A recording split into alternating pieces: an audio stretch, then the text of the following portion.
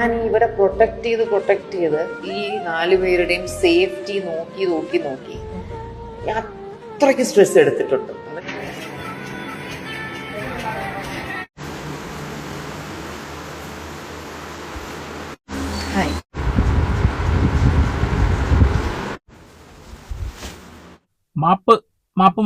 മാപ്പേ അറിഞ്ഞില്ലേ? മാപ്പ് വന്നത് അറിഞ്ഞില്ലേ?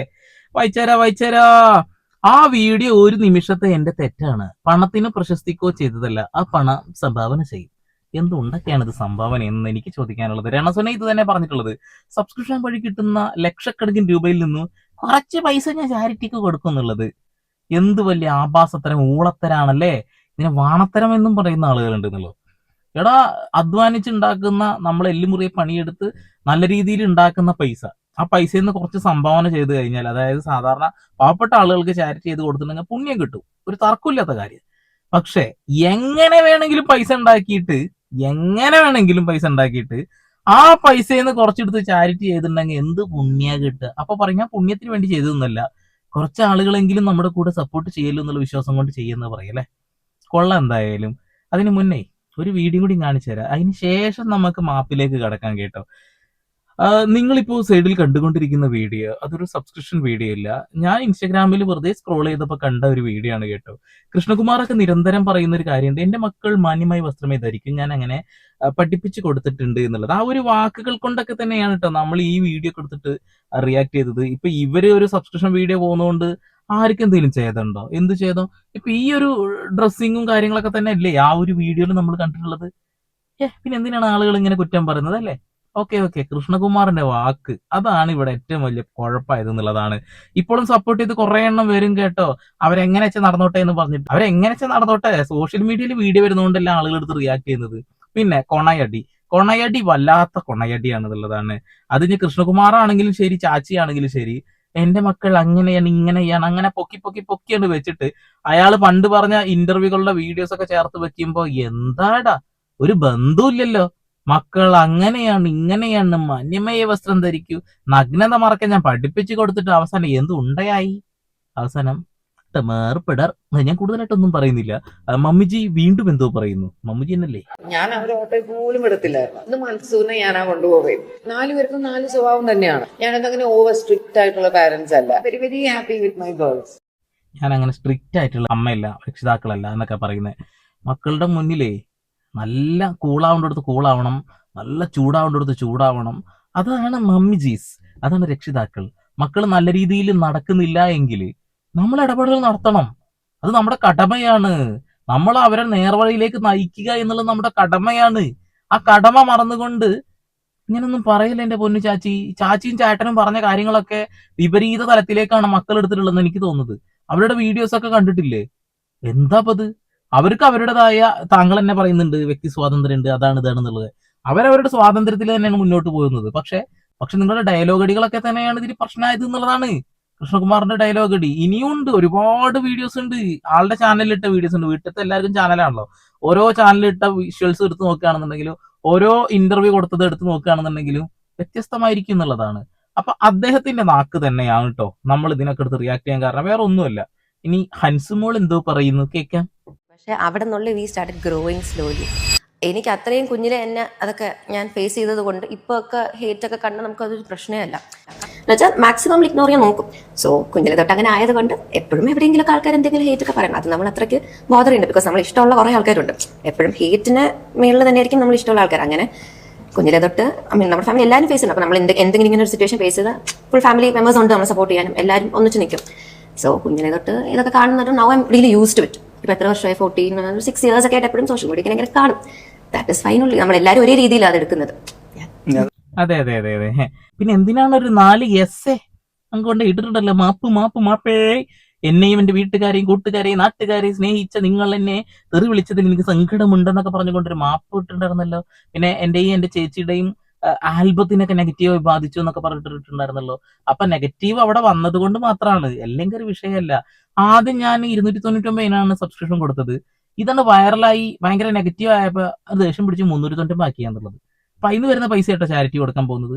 അപ്പോഴും ആളുകൾ വന്ന് സബ്ബടിക്കാന്നാ പറയുന്നത്. എന്റെ പൊന്നേ, ഇപ്പൊ നിങ്ങൾ 2-3 ഫോട്ടോ സൈഡിൽ വന്ന് മിന്നി മറിഞ്ഞു പോകും കേട്ടോ. ഇത് പർദ്ദ മക്കന് ഇതൊക്കെ ഇട്ടിട്ടുള്ള ഫോട്ടോസാണ്. ഈദ് മുബാറക് എന്ന് പറഞ്ഞുകൊണ്ട് ഇവരിട്ടൊരു ഫോട്ടോ ആണ്. എനിക്കിത് കണ്ടപ്പോ ഒരു കളിയാക്കലായിട്ടാ തോന്നിയിട്ടുള്ളത്. ഇങ്ങനെയാണോ നീ വസ്ത്രം ധരിക്കേണ്ടത് എന്ന് ചോദിക്കുന്നത് പോലെ എനിക്ക് തോന്നി. ചിലപ്പോൾ എന്റെ തോന്നലായിരിക്കാം. എന്തായാലും മാപ്പപേക്ഷയിലെ കുറച്ച് പ്രസ്തുത ഭാഗങ്ങൾ മാത്രം ഒന്ന് വായിക്കാം, കൂടുതലായിട്ടൊന്നും വായിക്കുന്നില്ല കേട്ടോ. എല്ലാവർക്കും ഹായ്, ഇത് ഹൻസികയാണ്. നിങ്ങൾ എല്ലാവരും സുഖമായിരിക്കുന്നു എന്ന് പ്രതീക്ഷിക്കുന്നു. മലയാളത്തിലേക്ക് ആക്കിയാണ്, ഇംഗ്ലീഷ് വായിച്ചിട്ട് സമയം കളയണ്ട വിചാരിച്ചു. 3 ആഴ്ച മുമ്പ് ഞാൻ ഇൻസ്റ്റഗ്രാമിലിട്ട ഒരു വീഡിയോ, അതിന് ഇത്രമാത്രം നെഗറ്റീവ് വരുമെന്ന് ഞാൻ സ്വപ്നത്തിൽ പോലും ധരിച്ചില്ല. എന്റെ ഭാഗത്തും തെറ്റുണ്ട്. ഒരു പ്രത്യേക സാഹചര്യത്തിൽ സബ്സ്ക്രിപ്ഷന്റെ ആ ഒരു ഇത് കൂട്ടാൻ വേണ്ടിയിട്ട്, ആഴം കൂട്ടാൻ വേണ്ടിയിട്ട് ഒന്ന് വെറുതെ ഇട്ടൊരു വീഡിയോ ആണ്. അതിങ്ങനെ കത്തിക്കേറുന്നു വിചാരിച്ചില്ല. ഞാൻ ഇട്ടപ്പോ തന്നെ അത് ആരൊക്കെ എടുത്ത് സ്ക്രീൻ റെക്കോർഡ് ഇട്ടു. ഞാനത് ഡിലീറ്റ് ചെയ്തിരുന്നു നെഗറ്റീവ് വന്നപ്പോ തന്നെ എന്നാ പറയുന്നത്. അതൊന്നും ഡിലീറ്റ് ചെയ്യേണ്ട കാര്യം ഉണ്ടായിരുന്നില്ല കുട്ടി. കാരണം അതിന്റെയൊക്കെ അപ്പുറത്തേക്കുള്ള സാധനങ്ങൾ സബ്സ്ക്രിപ്ഷൻ അല്ലാതെ നിങ്ങൾ വേറെ ഇട്ടിട്ടുണ്ടല്ലോ. അതൊന്ന്. പിന്നെ ആലോചിച്ച് ഭയങ്കര സങ്കടം തോന്നി. ശരിയാണ്, ജനങ്ങൾ ഇങ്ങനെ പറയുന്നത് കേൾക്കുമ്പോൾ തന്നെ വീഡിയോ മോശമായി, അതുകൊണ്ട് ഡിലീറ്റ് ചെയ്തു എന്നുള്ളതാണ് ഒന്നാമത്തെ ഒരു ഭാഗം. അതിൽ പ്രത്യേകം പറയുന്ന മറ്റൊരു കാര്യമുണ്ട്. പണത്തിനും പബ്ലിസിറ്റിക്കും വേണ്ടിയാണ് ഞാൻ അത് ചെയ്തതെന്ന് പലരും കുറ്റപ്പെടുന്നുണ്ട്. പക്ഷെ അതല്ല, 20-ാം വയസ്സിൽ തന്നെ ഞാൻ ഫിനാൻഷ്യലി ഇൻഡിപെൻഡന്റ് ആണ്. ഞാൻ അത്യാവശ്യം പൈസ ഉണ്ടാക്കുന്നുണ്ട് ഈ മറ്റുള്ള എന്താ പറയാ ഈ കൊളാബും കാര്യങ്ങളൊക്കെ കിട്ടിയിട്ട്. അതുകൊണ്ട് എനിക്ക് അതിന്റെ ആവശ്യമൊന്നുമില്ല. ഇനി ഇതൊരു അഹങ്കാരമായിട്ട് നിങ്ങൾ ആരും കാണണ്ട കേട്ടോ. അത് ഞാൻ കൈ നിർത്തിട്ടതാണ്. അടുത്ത പേജിൽ സഹോദരി ഒരു വർഷത്തോളമായി കഷ്ടപ്പെട്ടുണ്ടാക്കിയിട്ടുള്ള ഒരു മ്യൂസിക് വീഡിയോ നിങ്ങൾ കണ്ടോന്ന് എനിക്കറിയില്ല. എന്തായിരുന്നു ഒരു പേര്, പൂക്കളോ അങ്ങനെ എന്തോ ആണ്. ആ ഒരു സംഭവത്തിന് ഭയങ്കരമായിട്ട് നെഗറ്റീവ് വരുന്നു. അത് റിലീസ് ചെയ്തതിനു ശേഷം ആളുകൾ എന്നെ ഭയങ്കരമായി ബുദ്ധിമുട്ടിക്കുന്നു. അത് കണ്ടപ്പോൾ എനിക്ക് ഭയങ്കര സങ്കടം തോന്നി. ആ ഒരു സങ്കടത്തിന്റെ പുറത്തും കൂടിയാണ് ഞാൻ ഈ മാപ്പ് പറയുന്നത്. അതിൽ റീച്ച് കിട്ടിയിരുന്നെങ്കിൽ ഞാൻ ഈ മാപ്പ് പറയില്ല എന്നാണ് അതിനർത്ഥം. അറിയില്ല, അതുകൊണ്ട് ചോദിച്ചതാണ് കേട്ടോ. ആരാടാ ലൈറ്റ് ഓഫ് ആക്കി, കത്തടാ കത്ത്. അടുത്തത് പിന്നെ സോഷ്യൽ മീഡിയയിലുള്ള കുറെ ആളുകൾ എടുത്ത് റിയാക്ട് ചെയ്തു, റീപോസ്റ്റ് ചെയ്തു. പിന്നെ നമ്മളെ പോലെയുള്ള ആളുകൾ റിയാക്ട് ചെയ്തിട്ടുണ്ടല്ലോ, അതൊന്നും അവർക്ക് ഇഷ്ടപ്പെട്ടിട്ടില്ല. പരമാവധി നമ്മളെ തേജോവധം ചെയ്തു എന്നാ പറയുന്നത്. ഞങ്ങൾ ആരും തേജോവധം ചെയ്തില്ല. ഞങ്ങൾ നിങ്ങളുടെ ഡാഡി പറഞ്ഞ കുറച്ച് കാര്യങ്ങൾ എടുത്ത് കുത്തിപ്പോക്കി, അത്രയേ ഉള്ളൂ. മക്കൾ ഇങ്ങനെയാണല്ലോ, ഡാഡി പറഞ്ഞത് അങ്ങനെയാണല്ലോ, അത്രയേ ഉള്ളൂ മക്കളെ. ഇനി അടുത്ത 3-ാമത്തെ പേജിൽ പറയുന്ന കാര്യങ്ങൾ കൂടി നോക്കാം കേട്ടോ. അതായത് സഹതാപം തേടാനോ അല്ലെങ്കിൽ എന്താ പറയുക, ഒരു ഇത് ഉണ്ടാക്കിയെടുക്കാൻ വേണ്ടിയിട്ടൊന്നല്ല ഞാൻ പറയുന്നത്. റീച്ചില്ലേ പോന്നിനും വരുന്നതിലൊക്കെ ആൾക്കാർ വന്നിട്ട് ഇങ്ങനെ കമന്റ് ഇട്ടുകൊണ്ടിരിക്കുകയാണല്ലോ. അതുകൊണ്ടാണ് ഒരു മാപ്പപേക്ഷ എന്നാണ് അതിന്റെ ഒരു ഉള്ളടക്കം. പിന്നെ 299 399 ആക്കാനുള്ള കാരണം എന്ന് വെച്ചിട്ടുണ്ടെങ്കിൽ അത്രയും നെഗറ്റീവ് പറയുന്ന ആളുകൾ അങ്ങോട്ട് ഒഴിഞ്ഞാൽ പൊക്കോട്ടെ എന്ന് കരുതിക്കൊണ്ടാണ്. പക്ഷെ അതിലും ആൾക്കാർ വന്നിട്ട് അങ്ങ് കയറി എന്നാ പറയുന്നത്. അതന്നെ 8.5 ലക്ഷം രൂപയുടെ മുകളിലായിട്ട് ഇപ്പൊ മാസം കിട്ടുന്നുണ്ട്. അപ്പൊ 8.5 ലക്ഷം രൂപയുടെ കുറച്ചെടുത്തിട്ട് ചാരിറ്റി ചെയ്യും. നല്ല കാര്യം ചെയ്ത് കഴിഞ്ഞിട്ടുണ്ടെങ്കിൽ എന്തും കാണിക്കാലോ എന്നുള്ളൊരു സാധനമാണ്. വേറെ ഒന്നും ചിന്തിക്കല്ലേ കേട്ടോ. പിന്നെ പ്രധാനപ്പെട്ട മറ്റൊരു കാര്യം എന്ന് വെച്ചിട്ടുണ്ടെങ്കിൽ എന്റെ പ്രവർത്തികൾ കാരണം നിങ്ങൾക്കോ സുഹൃത്തുക്കൾക്കോ എന്റെ വീട്ടുകാർക്ക് നാട്ടുകാർക്ക് കണ്ട ആളുകൾക്കൊക്കെ വിഷമം തോന്നിയിട്ടുണ്ടെങ്കിൽ ഖേദം പ്രകടിപ്പിക്കുന്നു. ഇങ്ങനെയുള്ള സാധനങ്ങൾ ഞാൻ ഇനി ചെയ്യില്ല. കാരണം ചേച്ചിയുടെ ആൽബം ഡൗൺ ആണ്, വേറെ ഒന്നും കൊണ്ടല്ല കേട്ടാ. ഞാൻ നിങ്ങളുടെ സ്വന്തം ഹൻസിക്കുട്ടിയാണ്. ഹൻസിക്കുട്ടിയാണ്. ഞാൻ പഴയ ആള് തന്നെയാണ്, എനിക്ക് മാറ്റങ്ങളൊന്നും വന്നിട്ടില്ല. നിങ്ങൾ എന്നെ പഴയതുപോലെ സ്നേഹിക്കാനുള്ള അവസരം ഞാൻ ഉണ്ടാക്കി തരും എന്നൊക്കെ പറഞ്ഞുകൊണ്ടാണ് അത് വൈൻഡ് അപ്പ് ചെയ്തിട്ടുള്ളത്. ഓക്കെ, ഇപ്പൊ പർദ്ദയും ഇതൊക്കെ ഇട്ടിട്ടുള്ള ഒരു ഫോട്ടോയും കാര്യങ്ങളൊക്കെയാണ് ഷെയർ ചെയ്യുന്നത്. എന്തെങ്കിലുമൊക്കെ ആവട്ടെ, അവരെ പാടായി അല്ലേ. പക്ഷെ ഒരു കാര്യം ചൂണ്ടിക്കാതിരിക്കാൻ കഴിയില്ലല്ലോ. കുറെ ആളുകൾ ചോദിക്കുന്നു, എന്തിനാടാ ഇവരെയൊക്കെ റിയാക്ട് ചെയ്യുന്നത്, ഇവരൊക്കെ ആര് കാണാനാന്നുള്ളത്. എന്റെ പൊന്നു മക്കളെ, ഞാൻ ഇന്ന് ചായ ഉണ്ടാക്കാൻ പോവാണെന്നൊരു വീഡിയോ ഇട്ടാൽ പോലും അത് കാണാൻ ലക്ഷക്കണക്കിന് ആളുകളാ. ഇൻഫർമേറ്റീവായി എന്തിട്ടാലും ഇവിടെ ആരാ കാണാൻ വരുന്നത്? നിങ്ങൾക്ക് ഓർമ്മയുണ്ടോ, മധു എന്ന് പറയുന്ന ഒരു ആദിവാസി യുവാവിനെ ഒരു കൂട്ടം ആളുകൾ മർദ്ദിച്ചു കൊന്നു അല്ലെ? അതില് 10-16 പ്രതികളിൽ 3 ആളെ വെറുതെ വിട്ടു. അതിൽ 1-ാം പ്രതിയെ വെറുതെ വിട്ടു. 1-ാം പ്രതിയെ വെറുതെ വിട്ടതുമായി ബന്ധപ്പെട്ടുകൊണ്ട് ഞാനൊരു വീഡിയോ ചെയ്തു. 500 വ്യൂ ഉണ്ടോ? ഒന്ന് പോയി നോക്കി, 500 വ്യൂ. അത്രേ ഉള്ളൂ. ആളുകൾക്ക് ഇൻഫർമേറ്റീവ് ഒന്നല്ല വേണ്ടത്, ആളുകൾക്ക് വേണ്ടത് ഇത്തരം കാര്യങ്ങളൊക്കെ തന്നെയാണെന്നുള്ളതാണ്. അപ്പൊ അത്തരം കാര്യങ്ങൾ പൂർണ്ണമായിട്ട് ഒഴിവാക്കി കളയാനൊന്നും കഴിയില്ല. അത് അത്രേ ഉള്ളൂ. സോഷ്യൽ മീഡിയ തരംഗമായി നിൽക്കുന്ന കാര്യങ്ങളൊക്കെ റിയാക്ട് ചെയ്യും. അപ്പൊ ഹൻസുമോള് വന്നിട്ട് മാപ്പ് പറഞ്ഞിട്ടുണ്ട്. പക്ഷെ ഈ മാപ്പ് കൊണ്ടൊന്നും ഇവർ അവസാനിപ്പിക്കാൻ പോകുന്നില്ല. വീണ്ടും തുടങ്ങും അപ്പുറത്ത് കൂടെ. അടുത്ത ഒരു ആൽബം വരുമ്പോൾ തീർച്ചയായിട്ടും ഡൗൺ ആവുകയാണെന്ന് തോന്നുകയാണെങ്കിൽ വീണ്ടും വരും. ഈ പെൺകുട്ടിയെ രക്ഷപ്പെടുത്താനാണെന്ന് തോന്നുന്നത്. അന്ന് അമ്മ എന്ന് ഞാൻ ആരെയും വിളിക്കില്ല എന്നൊക്കെ പറഞ്ഞിട്ട് നമ്മുടെ ദിയമോൾ ഒരു വീഡിയോ ഇട്ടില്ലേ, ദിയ ചേച്ചി. അപ്പൊ ആ വീഡിയോ കത്തിക്കേറി അങ്ങ് കയറിപ്പോയി, അങ്ങ് നിന്ന് വേളിമാണിയുമായിട്ടൊക്കെ കമ്പാരിസണും കാര്യങ്ങളൊക്കെ വന്ന അവസാനം ദിയ പറ്റക്കടം വാസുവാണെന്ന് ആളുകൾ അങ്ങോട്ട് സ്ഥിരീകരിച്ചു. അതിനിടയിൽ എന്തോ അശ്വിന്റെ അമ്മയെ പോലെയാണ് നിങ്ങളെ കാണുമ്പോൾ തോന്നുന്നത് എന്നൊക്കെ പറഞ്ഞുകൊണ്ട് ഒരാൾ കമന്റ് ഇട്ടു. അതിന് തിരിച്ച് അവരൊരു മറുപടി കൊടുത്തു. ആ ഒരു കാര്യത്തിനോടൊന്നും എനിക്ക് യോജിപ്പില്ല. പ്രസവം കഴിഞ്ഞിട്ടുണ്ടെങ്കിൽ സ്വാഭാവികമായിട്ട് ഏതൊരു മനുഷ്യനും ചിലപ്പോൾ തടി കൂടാം. ഏതൊരു മനുഷ്യനല്ല, ഏതൊരു സ്ത്രീക്കും തടി കൂടാനുള്ള സാധ്യതകളുണ്ട്.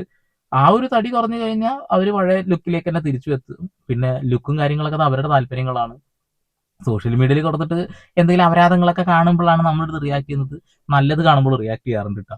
എനിക്ക് ഈ സത്യം പറഞ്ഞിട്ടുണ്ടെങ്കിൽ കൃഷ്ണകുമാറൊക്കെ പണ്ട് പറഞ്ഞ വാക്കുകളും ആ ഒരു ഫാമിലിയുടെ ആ ഒരു ആറ്റിറ്റ്യൂഡൊക്കെ ഭയങ്കര ഇഷ്ടമായിരുന്നു. അദ്ദേഹം പറഞ്ഞ വാക്കുകളാണ് കേട്ടോ കൂടുതൽ അട്രാക്ഷൻ വന്നത്. പക്ഷെ എന്ത് ചെയ്യാനാ, അന്ന് നമ്മൾ ആ കേട്ട വാക്കുകളൊക്കെ ഇന്ന് തിരിച്ച് അദ്ദേഹത്തിന് തന്നെ വിനയായിക്കൊണ്ടിരിക്കുക എന്നുള്ളതാ. ഈ വിഷയത്തിൽ കമാ എന്നൊരു അക്ഷരം മിണ്ടിയിട്ടില്ല, മിണ്ടാൻ കഴിയില്ല. കാരണം അദ്ദേഹം പറഞ്ഞ വാക്കുകളാണ് നമ്മളെടുത്ത് റിയാക്ട് ചെയ്യുന്നത്. അപ്പൊ ആള് മൂഞ്ചി എന്നല്ലാതെ എന്ത് പറയാനാ. അപ്പൊ നിങ്ങളുടെ അഭിപ്രായം രേഖപ്പെടുത്തുക. നിങ്ങൾക്ക് ഈ മാപ്പും കോപ്പൊക്കെ ഇഷ്ടപ്പെട്ട എവിടെ അല്ലേ ഇവര് ഇനിയും തുടങ്ങുള്ളൂ. ഇവര് നല്ല ആളുകളൊക്കെ ഇതിന്റെ പിന്നാലെ നടന്നുകൊണ്ടിരിക്കുകയാണ്. ഈ സോഷ്യൽ മീഡിയയും സബ്സ്ക്രിപ്ഷനും അതും ഇതൊക്കെ പറഞ്ഞിട്ട് പൈസ ഉണ്ടാക്കുക എളുപ്പമാണെന്നുള്ളതാണേ. ഒരു പുരുഷന് പൈസ ഉണ്ടാക്കാൻ ബുദ്ധിമുട്ടായിരിക്കും, പക്ഷെ ചില ആളുകൾക്ക് പൈസ ഉണ്ടാക്കാൻ വളരെ എളുപ്പമായിരിക്കും എന്നുള്ളതാണ്. അപ്പൊ ഇതൊക്കെ കണ്ട് ഇൻസ്പയർ ആവരുത് എന്ന് ഞാൻ പ്രത്യേകം പറയേണ്ടതായിട്ടൊന്നുമില്ലല്ലോ. രക്ഷിതാക്കൾ മക്കളെ നോക്കേണ്ട രീതിയും കൂടി ഈ വീഡിയോസ് ഒക്കെ കാണുമ്പോൾ മനസ്സിലാവും. നമ്മൾ സ്വാതന്ത്ര്യമൊക്കെ അവർക്ക് കൊടുക്കണം, അവരുടെ സ്വാതന്ത്ര്യം തന്നെ അവരെടുക്കട്ടെ. പക്ഷെ മക്കളെ വളർത്തുമ്പോൾ നമ്മുടെ കൈകളിൽ നിന്നും ഒരു ഏജ് വരെയെങ്കിലും, ഒരു 15 വയസ്സ് വരെയെങ്കിലും നമുക്ക് കൺട്രോൾ ചെയ്യാൻ കഴിഞ്ഞില്ലെങ്കിൽ നമ്മൾ പറ്റക്കട വാസു ആണെന്ന് പറയേണ്ടി വരും, പറ്റക്കടായി പോയി എന്ന് പറയേണ്ടി വരും. അതിന് വേണ്ടിയിട്ടാണ്. ഇനിയിപ്പോ നിങ്ങൾ വിചാരിക്കും ഈ ഒരു വീഡിയോ എടുത്ത് റിയാക്ട് ചെയ്തിട്ട് ഇപ്പൊ എന്താ ഞങ്ങൾക്ക് കിട്ടാനുള്ളത്. നിങ്ങൾക്ക് വലിയ മെസ്സേജ് അല്ലേ കിട്ടുന്നത്, മക്കളെ നോക്കേണ്ട രീതി, മക്കളെ എങ്ങനെയാണ് നമ്മൾ സംരക്ഷിക്കേണ്ടത് എന്നൊക്കെ. അത് നല്ലൊരു കാര്യമല്ലേ. അപ്പൊ വീണ്ടും വരട്ടാ, പരമാവധി ഷെയർ ചെയ്തോളേം. വീണ്ടും പുതിയ വാർത്താ വിശേഷങ്ങൾ പോയി സന്ദീപ് പോൾ സൈനിങ് ഓഫ്.